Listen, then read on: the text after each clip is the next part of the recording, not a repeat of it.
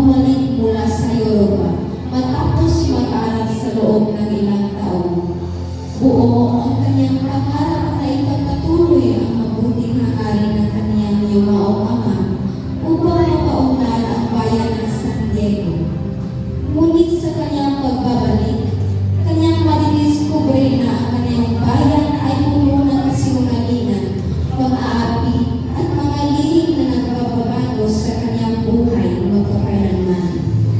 Mula sa nobela ng ating pabansang bayani na si Dr. Jose Rizal, ito ang Noli Me Tangere, isang kwento ng pag-ibig, paghihiganti at pagkikipaglaban sa isang lipunang bilis sa sigaw ng Catalunya.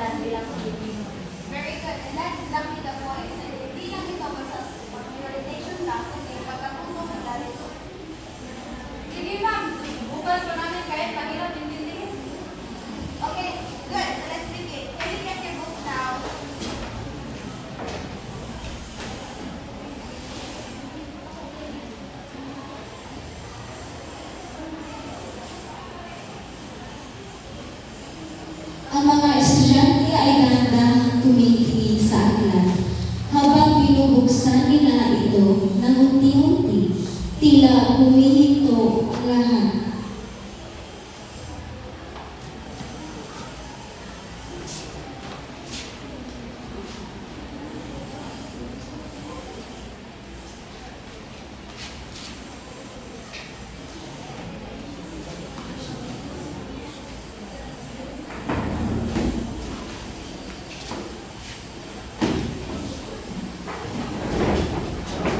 Ako si Maria Clara.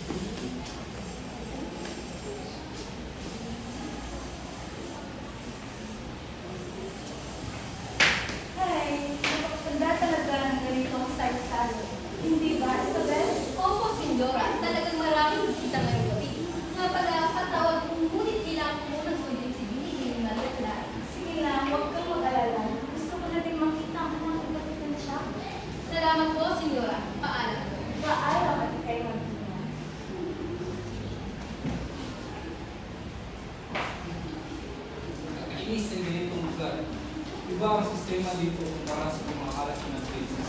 Ang dami pa mga Indio. Kasi Damaso, pag-ingat po tayo sa ating bansa, baka nakakalimutan nyo. Nasa bahay tayo ng isang Pilipino. Hindi na balik. Matagal namang hindi tinutukoy ni Pitar Tiago ang kanyang sarili bilang isang Indio.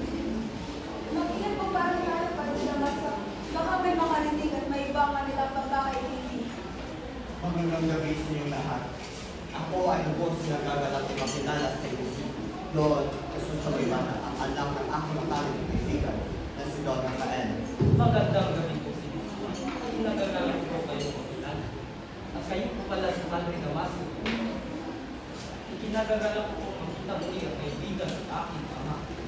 Kaibigan, hindi ko kailanman itinuring na kaibigan ng iyong ama. Kung ako man po ay nagkamaling magpal kayo, hinihingi po ako ng paulan.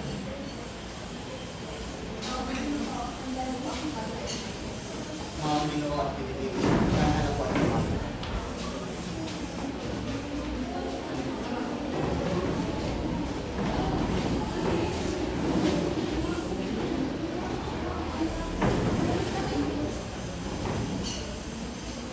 Sinong ibala? Ilang taon na kayo mawala sa Pilipinas? Itong taon, Hindi po ba maaaring makalimutan ang inyong iwanan? hindi po. Habang ako'y nasa iyo, lagi ko pa rin iniisip ang Pilipinas. Halata mo ba yan? Opo, hindi kailanman magbabago ang pagmamahal ko sa aking bayan. Sa lahat ng iyong napuntahan, alin po ang nakakagustuhan? Maraming magagandang lugar, ngunit wala pa rin hihigit sa sariling bayan. Kung gano'n, sayang lamang ang iyong pag-aaral sa Europa. Wala ka namang natutunan. Kung ako man po ay kailangan umalis, ako po ay humihingi ng pauman. Maraming salamat po sa ako. Hindi ka ba po nang nananatin? Ganun din pa si Marco. Pasensya na po, Kapitan. Ngunit, kailangan ko muna umalis. Babalik na lang po ako. Ganyan ang ugali ng pag-aral sa Europa. Walang respeto!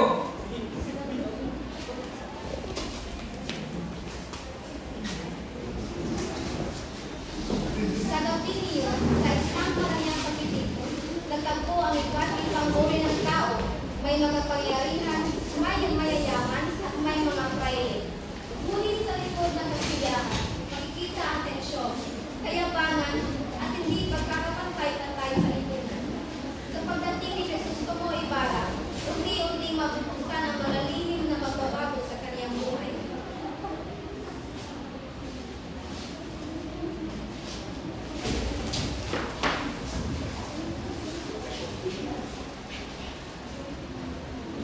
Bakit mo ako sinundan, Hindi Ibarra? Nais lamang kitang paalalahanan ng Isus mo. Pag inahit ka pa sa gabaso, baka hindi mo maranasan ang sinasakit ng ama. Hindi Ibarra. Bakit kung may naglalaan ka sa tunay na nangyari? Maaari ko ba malaman ko? Maaari ko ba malaman ang katotohanan? Ano mo ba ang tunay na dahilan ng pagkabatay ng aking ama? Yung Isus na po, kami nalulungkot kong sabihin sa iyo. Inapustahan niyo ang mga bilang sangaray ng Ipustero. Dahil sa mali karatag na iyo, siya ay sinakal at sinakal sa Pilipinas. Ngunit bakit? Ano ang naging kasalanan ng aking ama? Alam ko siya isang mabuting tao at walang ginawang masama. Totoo ang iyong sinabi. Si Don Rafael ay isang mabuti at marangal na tao. Ngunit nagkaroon ng kabuluhan sa bayan na isang arteryo ang wala din nakakapunod ng bata at dahil doon naganap ang isang hindi nasakang pangyayari. Biglang dilim ang paligid. Dahan-dahan naglaho ang tunog ng kasalukuyan. Sa isip ni Jesus Tomo Ibarra, unti-unting nabubuo ang masakit na kwento na nakaraan. Ang katotohanan tungkol sa sinapit ng kanyang ama. Sa isang maliit na puong pamilihan, sa gabing hapon, ang araw ay unti-unting nang lumulubog. Maririnig ang masayang tawanan ng mga batang naglalaro. Walang kamalay-malay sa trahediyang paparating. Sa isang sulok, may isang lumang tindahan at doon matatanaw ang isang artilyero. Hawak ang isang liham, ngunit baliktad niya itong binabasa.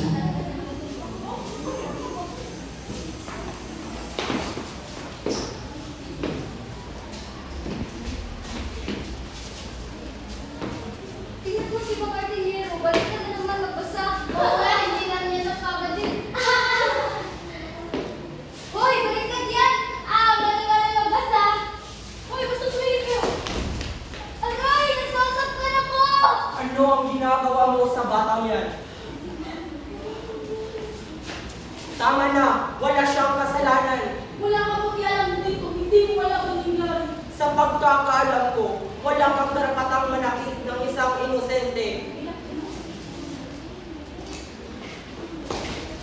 Ha! Hulihin siya! Inakusahan ni Don Rafael laban lang kita magpapatay!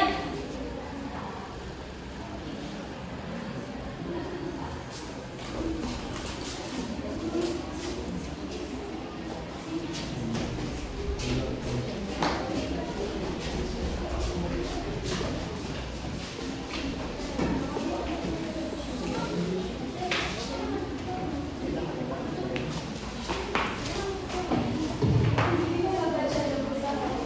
Agad siya nilabos sa kulungan. Tinanggihan siya ng pagkikisa ng hindi pinayaro makalaya. Kahit kulang pag-ibig siya.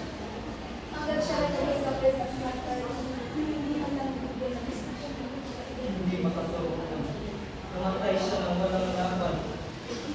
Isang mabait na katagawan. Kaya napinay ka ang sa mo na hindi mo maranasan ang katagawan.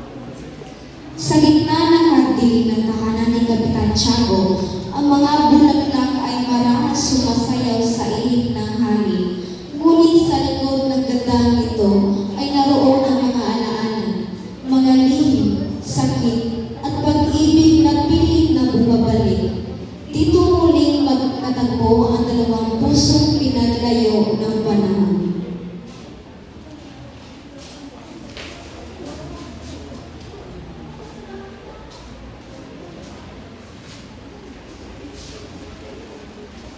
Jesus, tumulong ko ang alala para nagpapakit. Matagal akong nawala Maria. Ngunit ikaw pa rin ang mga tamang Diyos. Marami na nagbago. Tumating mo pa lang Alam ko. Nais ko na. Alam ko. Nalaman ko na kung ano ang tunay na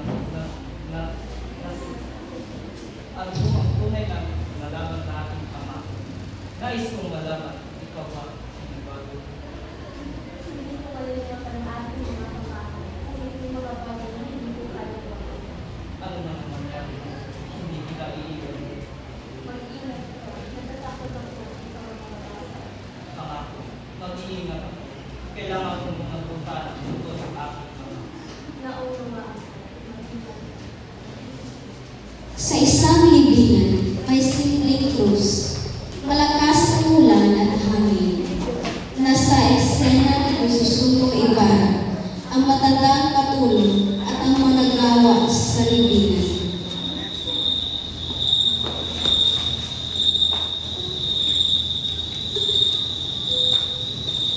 Nasaan ang pulot ng aking ama?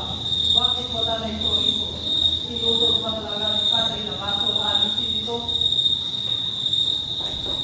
Ako ang naglipat sa bangkay sa seksyon ng mga isik. Ngunit ang krus, bakit pa rin nawawala? Para bang sinira o sinuno? Nasira? Sino may karapatan? Sabihin niyo ang totoo! Ang totoo ko, pinagutos din ko na itapos na lamang ako. Itapo? Saan? Nasaan ang bangkay ng aking ama? Sa lawag ko, Wala kayong puso. Wala kayong respeto sa patay.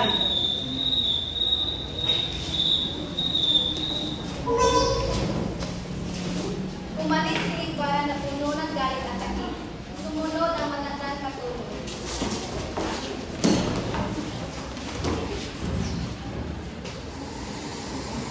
Padre Salve, nasaan ang bangkay ng aking ama? Ako? Wala ako alam dyan. Hindi ako ang may kagawan yan. Sinungaling. Alam ko ay kayo nagtatago ng katotohanan. Hindi ako dapat yung tanungin. Si Padre Damaso ang dapat yung sisingin. Darating ang katotohanan. Kahit gaano pa ninyo itago.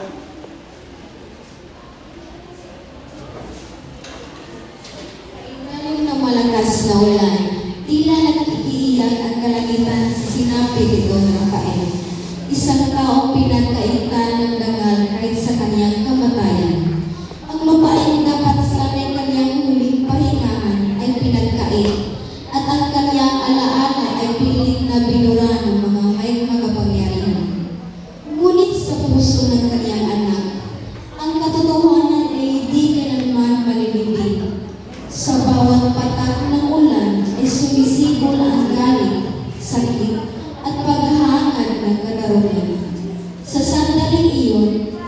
Krisostomo Ibarra ay hindi na lamang isang anak na nanluluksa, kundi isang lalaking handang lumaban.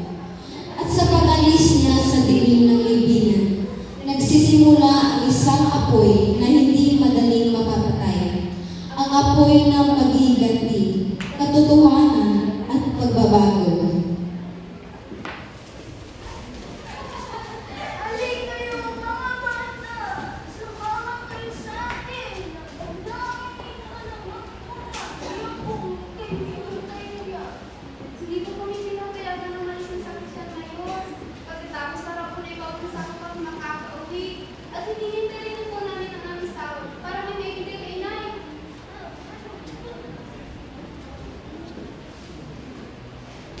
Sa kampanaryo ng simbahan, naroon ang magkapatid, si Crispin, ang bunsong puno ng takot, at si Basilio, ang nakatatandang pilit nagpapakatatag sa gitna ng pangamba.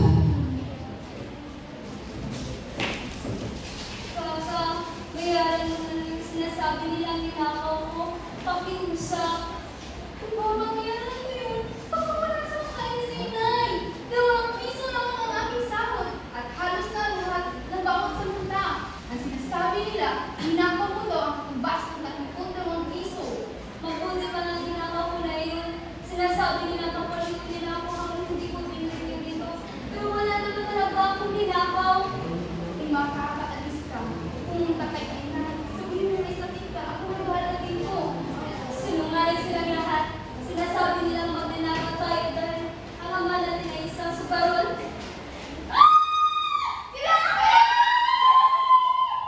Sa gitna ng takot, pinili ni Basilio ang tumakas. Kinalag niya ang lubid ng kampana at dahan-dahang bumaba sa gitna ng dilim. Bitbit ang takot, sakit at pangungulila sa kapatid na naiwan. Sa gabing tahimik, isang unos ang paparating, hindi mula sa kalikasan, kundi mula sa sariling tahanan.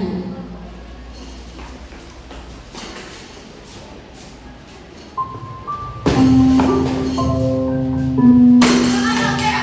Bigay mo sa akin! Wala sa akin. Ginamit ko sa mga bata. Kawa ko. Para sa mga bata. Wala akong pake!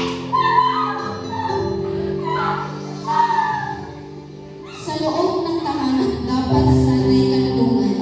Si Sisa ay nakatali sa isang siklo ng sakit at pananahimik. Ang kanyang tinig ay nanunod sa takot at ang kanyang mga sugat, hindi lamang sa katawan, kundi sa puso. Ngunit sa kabila ng lahat, pinipilit pa rin niyang bumangon dahil sa pagmamahal sa kanyang mga anak. Sa loob ng tahanan ni Sisa, hindi kapayapaan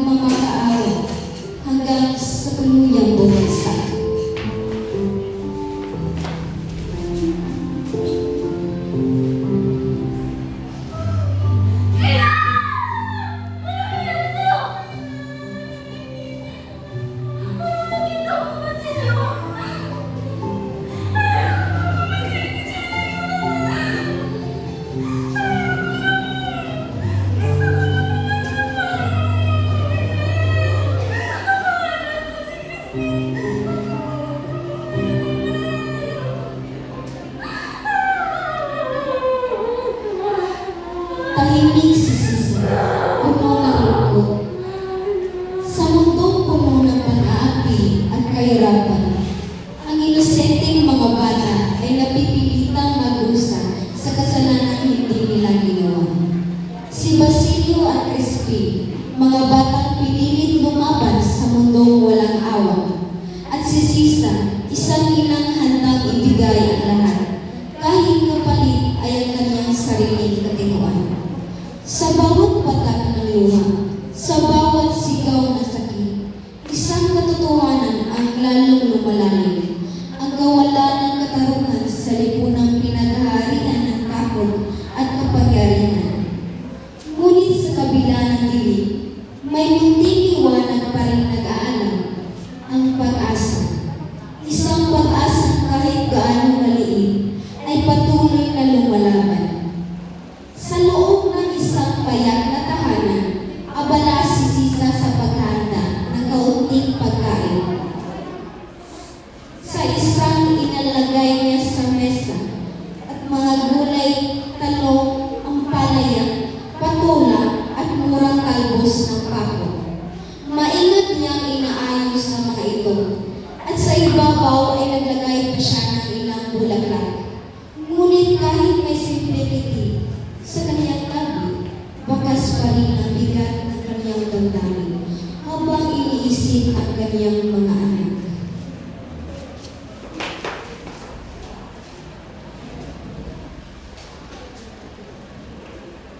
Hinahanap ko ba si Crispin? Wala ko siya. Hindi po. Si Basilio po yung nasa bahay. Naiwan ko doon si Crispin. Maaari po ba magkita? Pare, Wala ko siya karamdaman. kung gayon po ba, maaari po bang makita si Crispin? Crispin, di ba nagtagal siya wala sa inyo? May sabi yung may siya pagkatapos ng nangyari.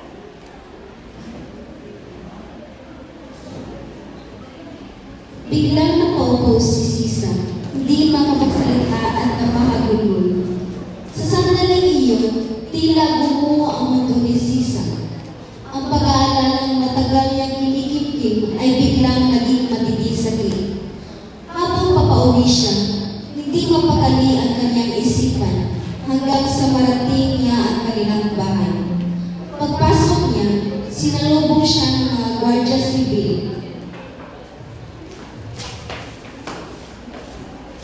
Kabakin na ng mga bata sa Basilio at Crispin. Opo, ako po. May barata sa iyo na sumama ka sa amin. Hindi po totoo yan. Matagal ko na kung hindi nakikita si Crispin. Huwag ka nang magpaliwanag, sumama ka. Maawa po kayo. Wala po akong kasalanan. Ang mga anak ko lang po ang meron ako. Huwag ka nang magpaliwanag. Mga Ginoo, maawa kayo. Ako'y buhay ng tama at walang kayamanan. Mga namin. Kunin niyo ko na. Wala po ako. Dinala ni si Sisa ng dalawang kawal habang tahimik ang mga tao sa paligid. Wala siyang nagawa kundi takpan ang kanyang mukha habang siya'y pinagmamasdan.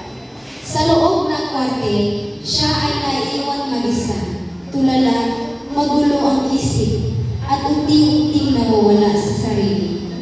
Pagkalipas ng ilang oras, pinabayaan siyang umalis. Wala siyang direksyon, kaya muli siyang naglakad pauwi. Crispin! Basilio! Ang anak ko nasan kayo? Mahal ninyo! Mahal ninyo! Ayaw ko ulit! Nasaan mo? Anak ko! Basilio! Crispin!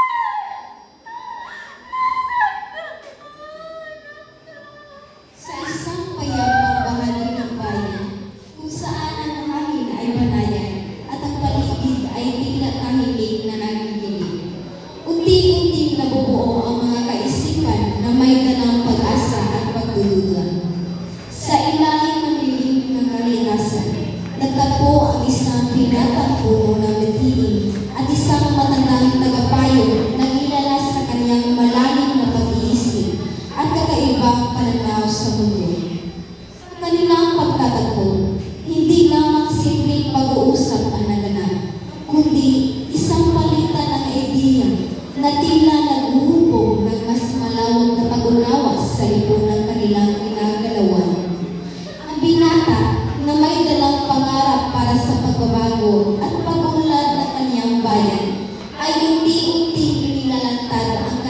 layunin, isang hangaring magbigay ng kaalaman at pag-asa sa mga tao. Ngunit sa kabila ng kaniyang matayo ng ngiti, bakas pa rin sa kaniyang mga mata ang alinlangan at bigat na nakaraan. Lalo na ang mga alaala ng kaniyang ama na nag-udyok sa kaniyang pagbabalik. Habang lumalalim ang kanilang usapan, unti-unting nabubuksan ang katotohanan ng lipunan ang hindi pantay ng pagtingin, ang kapangyarihang umaabuso, at ang mga tanong na matagal nang walang kasagutan. Ang matandang pilosopo naman ay patuloy na nagpabahagi ng kanyang karunungan na tila isang ilaw sa gitna ng madigdig na pag-iisip ng binata. Ang kaniyang mga salita ay puno ng aral na nagmumula sa karanasan at pag-unawa sa tunay na kalagayan ng mundo. Ngunit sa likod ng mga ideya nito, naroon pa rin ang bigat ng katotohanan na ang pagbabago ay hindi madaling makamit at ang katotohanan ay madalas na tinatago ng makapangyarihan at takot. Sa bawat palitan ng salita, mas lalong lumilinaw sa binata ang kanyang tungkulin at laban. Ang kanyang determinasyon ay unti-unting lumalakas habang ang bawat payo ay nagsisilbing gabay sa kanyang landas. Sa pagtatapos ng kanilang pag-uusap, dala ng binata ang mas maliwanag na pag-unawa at mas matag na loob. Handa siyang harapin ang hinaharap na puno ng pagsubok at hamon.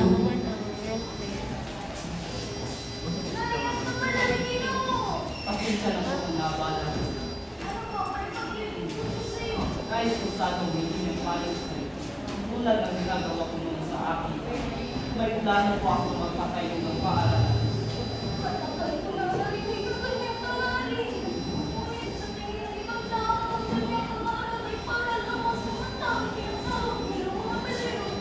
Naniniwala po ako na ito ay matutupad kahit may mga harap.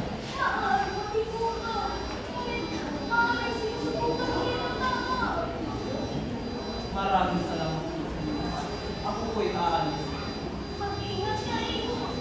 Sa gitna ng katahimikan ng paligid, ang usapan ng dalawa ay nag-iwan ng mabigat na pag-iisip sa binatang si Ibarra. Habang siya ay naglalakbay sa kanyang bangka, kasama si Maria Clara at ilang kasamahan. Tahimik ang tubig na tila sumasalin sa kanyang damdamin. Sa kabila ng payapang paligid, hindi pa rin maikakaila ang bigat ng alaala ng kanyang ama na patuloy na bumabalik sa kanyang isipan. Ang bawat sandali ay puno ng pagninilay, halo ng pag-asa at pag-uulilan. Habang ang bangka ay dahan-dahan sumusunod, ang katahimikan ay napupuno ng damdamin at hindi masambing na sa loobin. Ngunit ang tahimik na paglalakbay na ito ay biglang nagbago na may sumupot na panganib sa tubig. Isang sigaw ang pumunit sa katahimikan, nagdulot ng takot at kaguluhan sa mga sakay ng bangka. Sa gitna ng pangyayari, si Elias ay nagpakita ng tapang upang harapin ang panganib, habang si Ibarra ay hindi nag-atubiling tumulong upang iligtas ang kasama. Sa gitna ng kaguluhan, ang determinasyon at tapang ay nanaig laban sa panganib. Pagkatapos ng panganib, muling bumalik ang katahimikan sa ilog, ngunit may bakas ng takot at pasalamat sa bawat isa. Ginoo, heto, kumain sa muna at ikaw ay natutunan. Huwag na po, Senyorita. Maraming salamat po. Hindi ka titigilan ng sinulita hanggang hindi mo tinatanggap ang kanyang halok. Kung gayon, maraming salamat. Ako po ay maglayo lamang ng Diyos, Senyorita. Kung gayon, maaari ko bang malaman ang iyong pangalan? Hindi na po malaga, Senyorita. Ako na lamang at piloto lamang.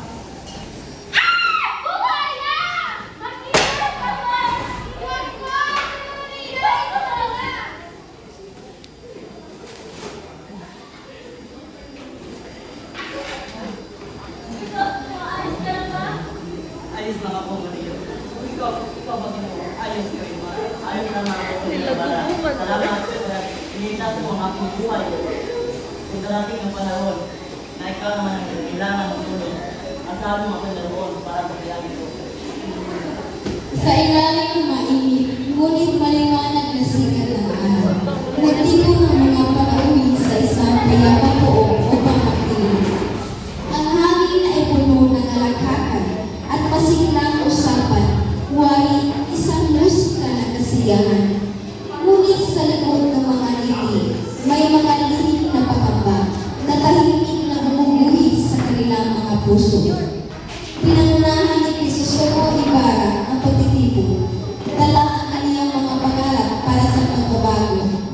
Gayunpaman, ang usapan ay napanig sa pagkawala ni Padre Damaso, isang pangyayari na naiwan ng hindi makayuluhan ng atensyon. Ang pangalan ni Elias ay nabanggit na tila isang paalala ng mga panganib na nagkukumpli sa kanilang paligid. Sa gitna ng kasiyahan, ang biglaang pagdating ng mga Guardia Civil ay nadala ng kaba. Ang kanilang presensya ay nagsilbing paalala na ang kapayapaan ay maaaring maglaho sa isang iglan.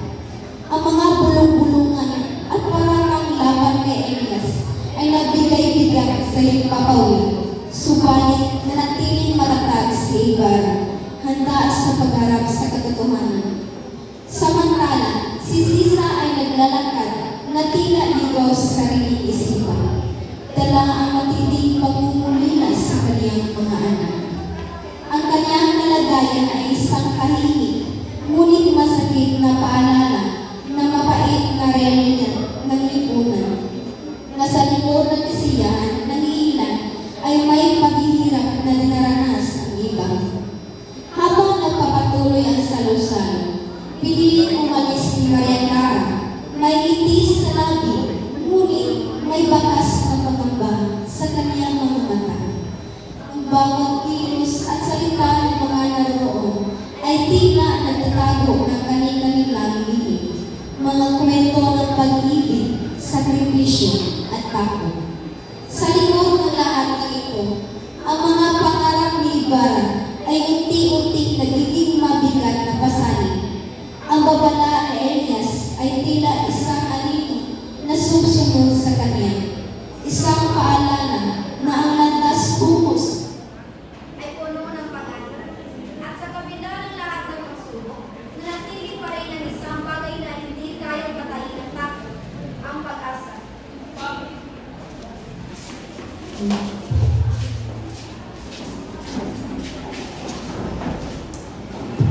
Kumain ako kayong lahat. Maraming salamat at tinanggap ang aking ano sa malaki maliit na sambutan upang mapagtibay pa natin ang ating mga relasyon.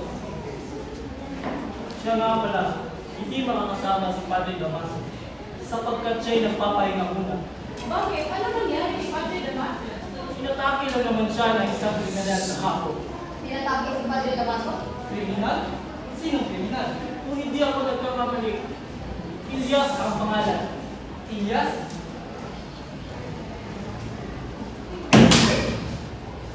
Magsitigil ang lahat at makukutupad ang sino mang makastaman. Hindi yata pinagbabantaan niyo ang kora ng bayan ito. Ipagpunganin niyo pura, ngunit hindi po ito ang pakay namin dito. Kung ganun po ay, sino pa ang inyong pakay? Labas niyo ngayon din ang kriminal na si Elias. May natanggap ang pukulan na siya bangkang sinasakyan niyo kanina. Ang piloto sinabi namin kanina. Paumanhin. Ngunit, hindi namin alam na siya ang Ilyas na inyong pinaghahanap. Hanapin si Elias sa gubat, ngayon din!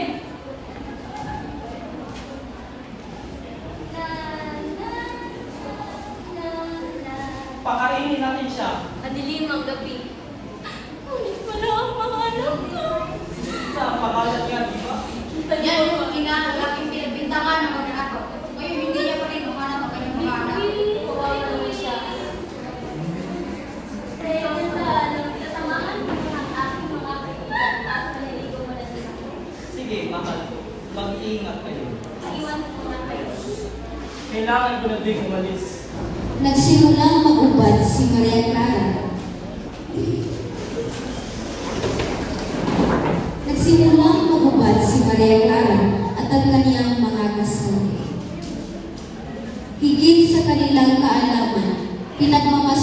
pangasinan ni Padre Salvi. Grabe, napakaputi ang kanilang ulan. Habang nagkakaroon ng seremonya sa simbahan, binalaan ni Elias si Ibarra tungkol sa isang panganib na nag-aabang sa araw ng pagpapasinaya ng paralan. Sinabi niya, huwag lalapit sa hukay sapagkat may masamang binabalot laban sa kanya. Kinabukasan, habang ginaganap ang seremonya ng pagpapasinaya, biglang bumuksak ang mabigat na batong pambungat ng gusali mula sa kalye na ikinamatay ng lalaking madilaw. Ligtas si Ibarra, ngunit napatanto ni Elias na siya ang tunay na target ng sabuatan.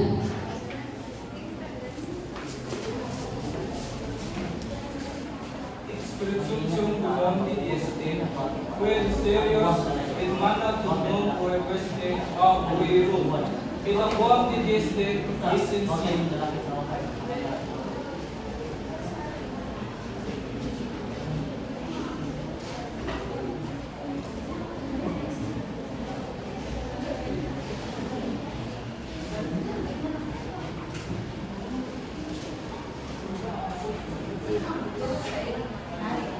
Ang aking ama, ang nasira mo ama, at sa iyo ama, si Don Saturnino, ang nuno ni Hindi ko alam na si Don Saturnino pala.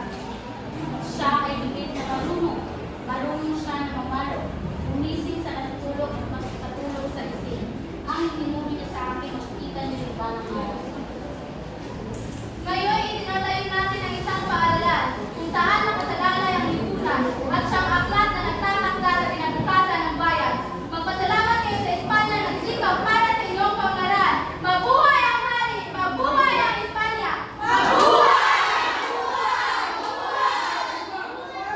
Nanaog sa hukay ang alkalde at naglagay ng palitatag semento. Nagpalakpakan ang mga kawani. Sumunod naman ang kura habang siya'y nanaog. Sinulyapan niya ang nakabiting bato. Sumunod ang ilang pari at si Kapitan Tiago.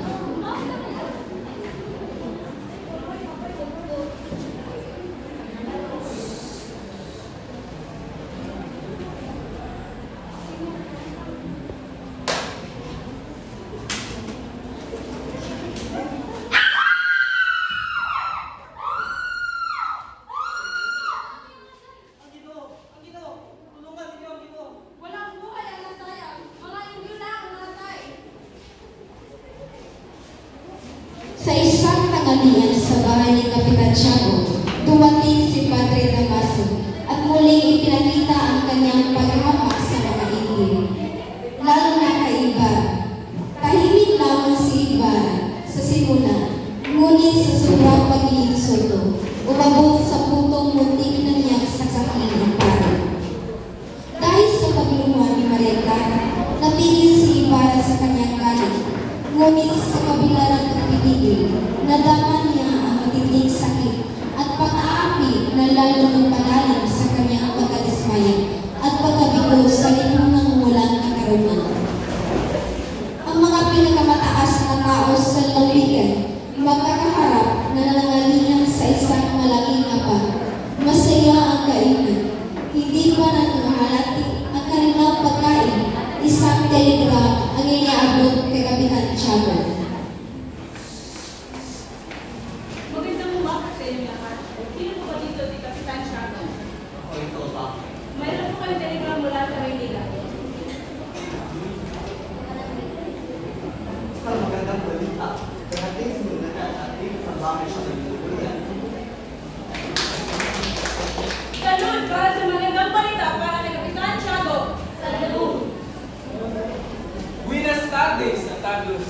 Paumanhin na pinahuli. Kayong mga kumapatid. Gracias. Siya nga pala, Padre, pinabanggit ni Ginoong Ibarra at ito na siguro sa kanyang nabalag at dumating ang reverencia. Ako na walang kamuhaman sa arkitektura, ngunit binaliwala ko ang arkitekto at dinudusta ang mga mamang na nakagawa sa kanila. Ngunit ang paaralan ay pinapatayo ni Ginoong Ibarra ay nangangailangan ng talubas. Ano bang nalubha sa iyan? Yan ang papakita lamang ng higit na kamangmangan at angal kesa sa Indio na nakapatay ng sarili nilang bahay. Ang lahat ay napalingon kay Ibarra, na noon ay namumutla, ngunit nagpatuloy na nawari, naging pagmabutihan kay Maria Clara. O maging padre, ngunit si Don Jesus ay para lamang ang hinahangaan ng mga opisyal at gobyerno. Ganun ba? Pinakala ba niya may dala siyang pagbabago? Katulad siya ng kanyang ama. Ang ama niyang namatay at ang bangkay ay tinatapon pa nga sa ilog. Sigurado akong nasa ilalim na ng lupa ang isang yun. Padre Damaso, sinira mo ang buhay ng aking ama. Namastakan mo ang kanyang libingan. Ginawa mong sarili mong lingkod ang Diyos. Ngunit, wala kang kompasyon. Cuidado con lo que dices de Ibarra. Wala kang matunay sa iyong mga paratang. Ang iyong ama ay isang kahiyan at ganyan ka rin. Nakatapusin na kita ngayon. Sobrang kasamaan mong ginawa. Sinira ang aking pamilya. Huwag mong gawin yan! Pinapatagin mo! Ang aking ama ay isang mabuting tao. Gusto na yung mga paratang at ako'y pagod na sa pagtitimpi. Bahala na may kapal! Hindi, ito sa bawat mo gawin ito! Pagpapon, maawa ka! Huwag mong gawin ito! Kung pamatayin mo siya, tirahin na ngayon ang sarili. Sa ngalan ng ating pagmamahalan, gawin ko ang buhay ito.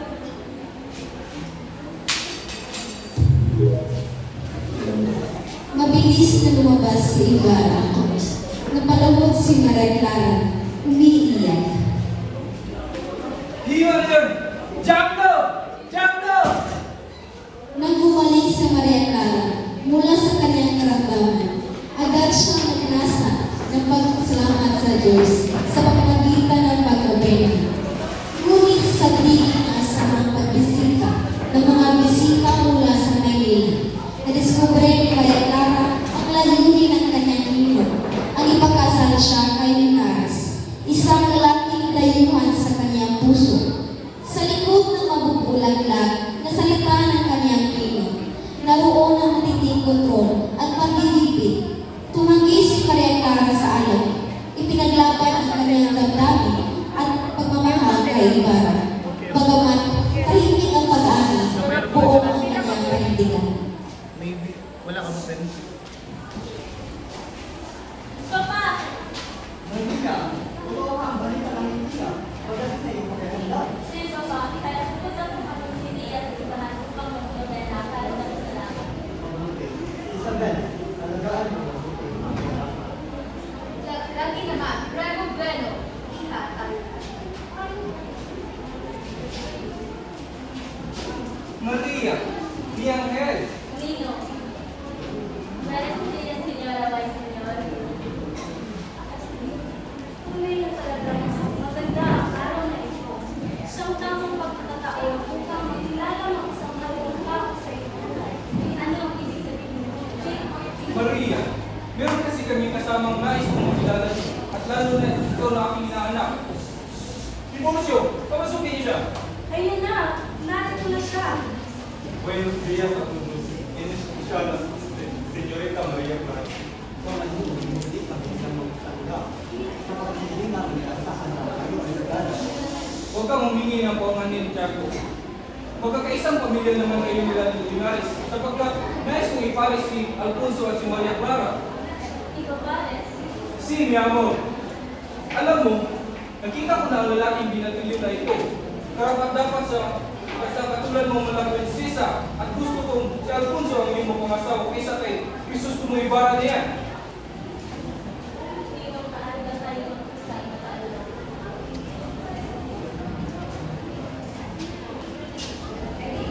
Hindi ko maaari magkasalan pa hindi ko siya ginagawa. Bakit ka umayaw? May pagkakataon ba kayong makilala ang isa't isa at matatagdo mong siya ang karapat dapat mong maging asawa kaysa sa isang mayulinting mistiso na nanakit ng pride. Mawalang galang ka rin mo. Ngunit hindi mo rin ang galang na sinabi mo siya. Sa laban mo, ano ang sinasabi? Umunod ka ng tawag kay Padre. Hindi na kailangan. Naiintindihan ko ang agam-agam ni Maria sapagkat kung pagbibigyan niya lamang ng pagkakataon si Senyor Linares, sigurado akong magkakasundo sila. Buo na po ang aking imasyan ay baralan ng magpapamagsal. Kung man hindi, kailangan mo nang umalis. Nagtiwala si Kapitan Tiago sa kanyang vision. Namasyal si Doña Victorina kasama ang asawang si Don Tiburcio sa kanyang pagpapakitang gilas biglang kunwaring Kastila. Nakasagupan niya si Doña Consolacion, ang bastos at palaban na asawa ng Alperes. Nagbangayan ang dalawa tungkol sa ganda at impluensya na nauwi sa kaguluhan sa kasada. Sa sobrang galit, binalak ni Doña Victorina na ipasumbong si Doña Consolacion sa Kapitan General. Samantala, si Maria Clara ay unti-unting pinaghihinaan ng loob sa gitna ng kaguluhan sa paligid niya.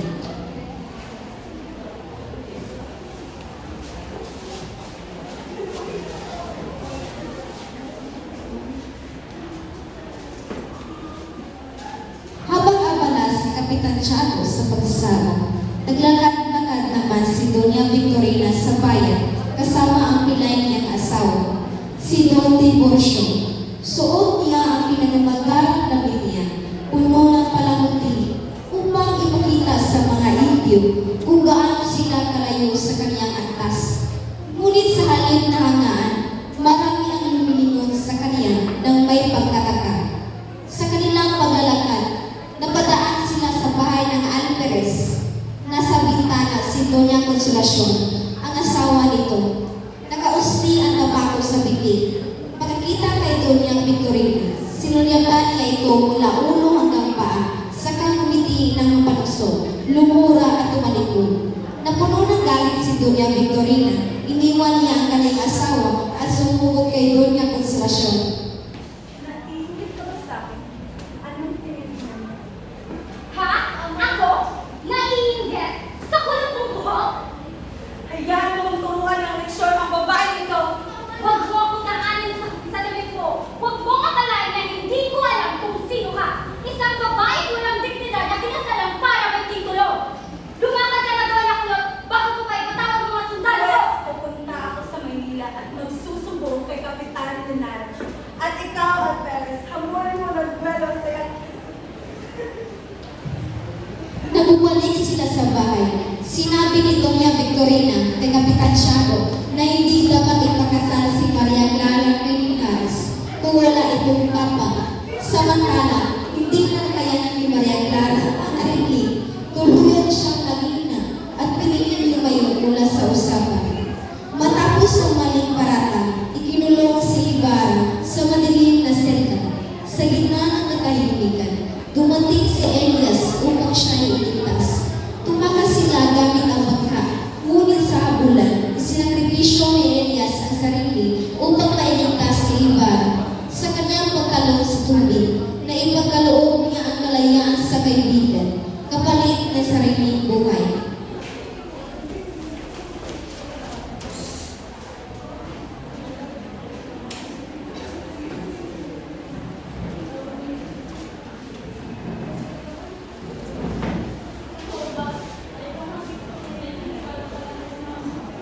Maria, hindi ko mawari ang iyong sinasabi. Totoo ba na ikaw ang tunay na Kanino mo naman nakuha ang walang basihan na impormasyon na yan? Kay Ibarra ba? huwag mo na hanapin pa, Padre. Sabihin mo ka ang totohanan. Totoo ba na ikaw ang tunay na ama? Sabihin mo, totoo, Padre. Huwag ka lang sinungaling pa. Maria, masasaktan si Tiago. Masasaktan siya. Masisira lamang ang lahat ng pinaghirapan namin. Huwag mo ako lapitan! Huwag mo ako lapitan. Hindi mo mararakin ko o pagkatawin sa labang kasinungaling at pagpapanggap. At ikaw na aking tunay na may isang makasalanan na rin. Ayaw ko kasi makita mo hindi pa rin. Ayaw ko sa isang sarili mo.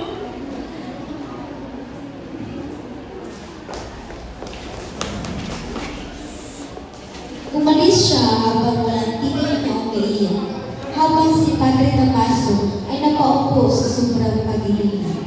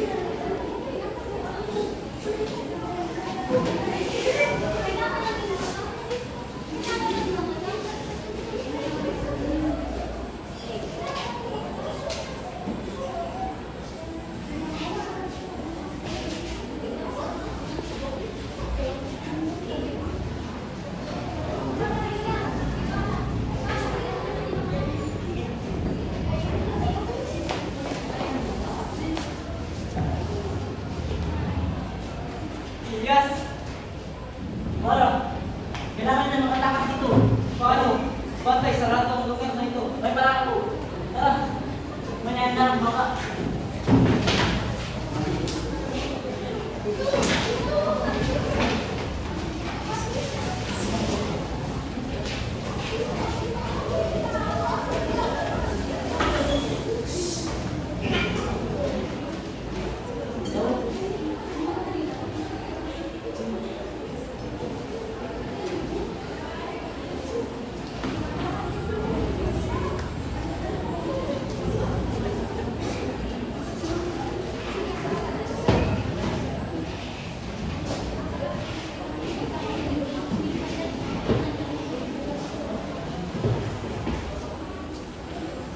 Maria Clara! Kristos ko. At alam mo, hindi siya makakita pang mali. Tinutupad ako ni Elias na makatakas kasama ang bangkat niya. Ako ay may kasalanan. Ako ay may kasalanan sa iyo kasi ligawan ang makakasuhan. Ang kasalanan ko sapagkat pinapalit ko ang hindi kanisalihan ng aking ina. Kaya ginamit nila yung laban sa iyo. Matawag mo ang pagbubuhan ko. Gusto na ako ang tamis. Kailan ko nang sinita sa isip na mahal ko. Ako ay kumarito upang humingi ng tawad sa iyo dahil hindi ko magtupad ako ng pangako natin sa isa't isa. Ano yung ibig sabihin mo? Ako ay kailangan manatili na lang sa iyo at ikapapayapan ang puso mo at ilalayo sa sarili sa kapatid. Kristos.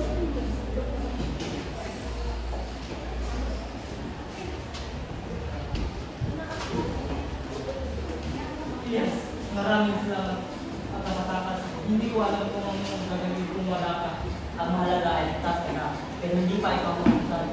Alam ko, kailangan kong makalayo sa Pilipinas. Ba't ang mamabot natin? Ano ang gagawin natin? Tutuwala ka lang ng mga anak ko. Yes, napapiligilan na tayo! Tutuwala ka lang.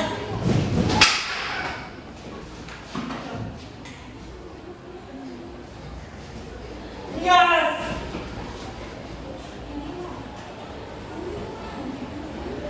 Iniwan ni Elias si Ibarra sa bangka. Nagpatuloy sa pagsagwan si Ibarra. Iniisip ang kanyang pagtakas at ang mga mangyayari.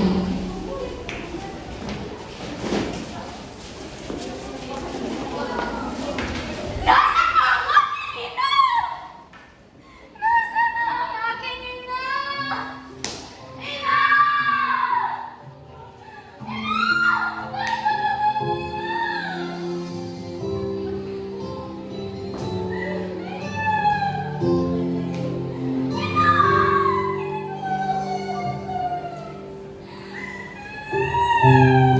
Mahal na mahal kita, anak ko.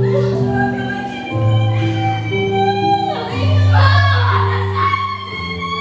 Mag-iingat ka kung saan ka man magkaroon. Nakikita ko kakabayan! Nakikita ko kakabayan!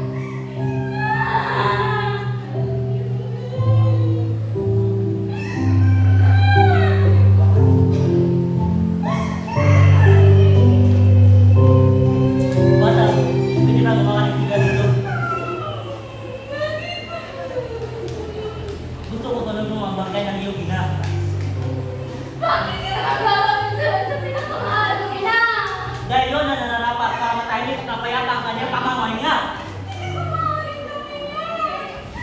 Hindi kong ina! Bata, may tindihan mo din ang datatak ng panahon. Kahit gawin mo na parang awa mo na.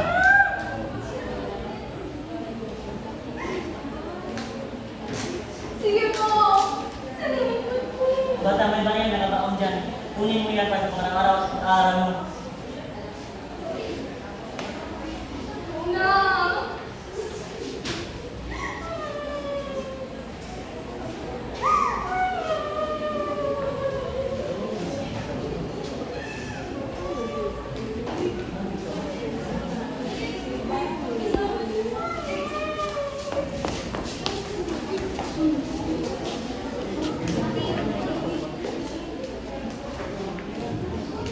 Pumarang nakatingin sila at si Elias. Dumating si Kapitan Tiago kasama si Ana Perez.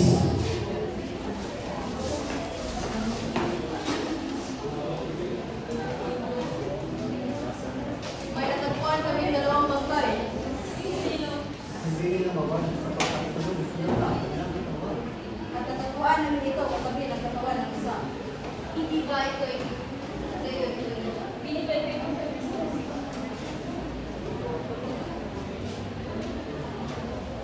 Hindi ito totoo. Hindi ito pwede. Crisostomo, hindi ito pwede. Kailangan ko siyang puntahan. Kailangan kong magpaalam. Hindi pwede. Mas mabuti dito ka na lamang.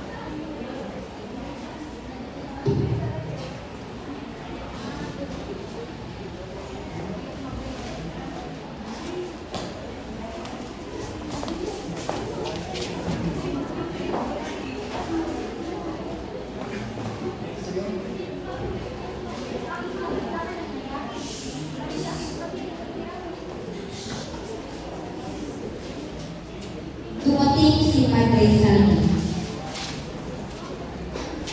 Aking nabalitaan ang nangyari ngayon. Kami ay nakikiramay. Kayo ay nakikiramay. Kayo ang pumatay sa aking nobyo. Trinato mo siya na para tayo mga nakaisposo. Huminahon ka, Maria. Si Ibarra ay isang pelagostero. Siya ay isang handang sa gobyerno at sa simbahan. Alam ko kayo na Diyos, kulit anong klase mga Friday kayo. Maria, gusto lang sinasabi sa ko. Ako lang nangyayari sa Upal na loob. Kaya mapatayin ko. Pagod ako sa kalatahimik. Pagod na halos ako kailangan sa kalatahimik. Kaya sabihin niyo sa aking padre, ano ang kinalaman niyo sa pagkamatay ng aking nobyo? Saan ang gagaling ang iyong mga paratang? Huwag ka nang magmaang sa aming kapatid. Alam mo ang katotohanan. gusto lang. Kayo sabihin niyo sa akin. Sino ang dapat manabot? Sino ang may kasalanan? Sino sabihin niyo sa akin ang katotohanan?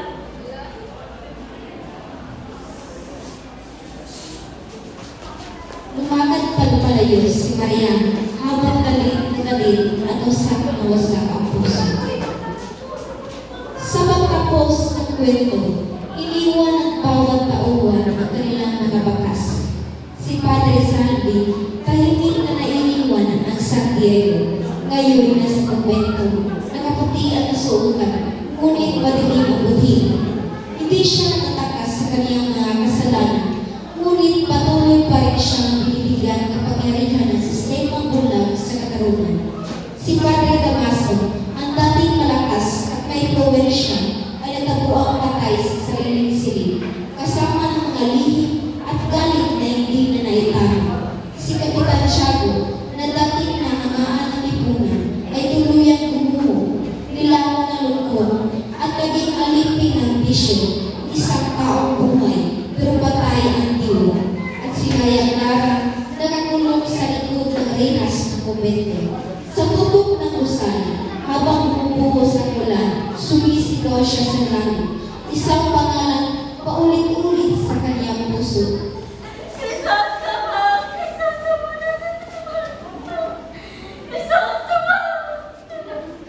Dito natatapos ang Molemetaje, isang nobelang isinulat hindi lamang upang ikwento ang mga pangyayari noong panahon ng panahon, kundi upang inulat ang mata ng mga Pilipino sa katotohanan ng matagal nang itinatago. Sa bawat taong ganito, lumalaban o nasaktan, makikita natin na ang salamin ng ating pagbuo. At bagamat tapos na ang nobela, ang diwa nito ay patuloy na nananahan sa kasalukuyan.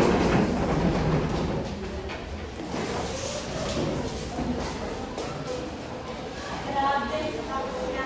Parang hindi na masakit ito.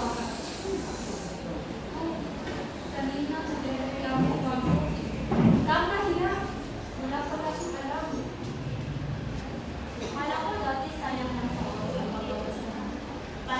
Parang na naman ako na hindi natutunan. Ngunit ngayon, mas natutunan natin na kwento muli may pagyayain ay mahalaga ngayon dahil marami tayong natutunan at yun ay napaka-importanting bagay. So, ano ang natutunan ninyo? Na hindi pala dapat basta-basta nangali ang mga ganitong kwento. At kanang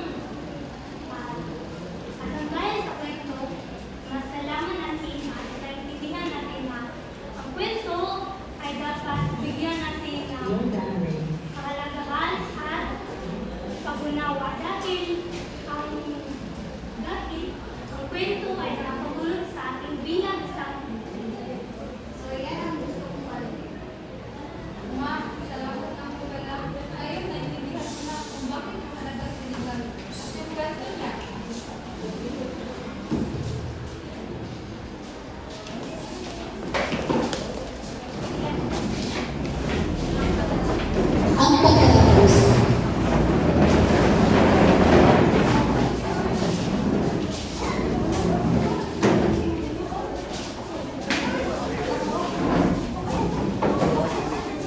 Sa narration, malinaw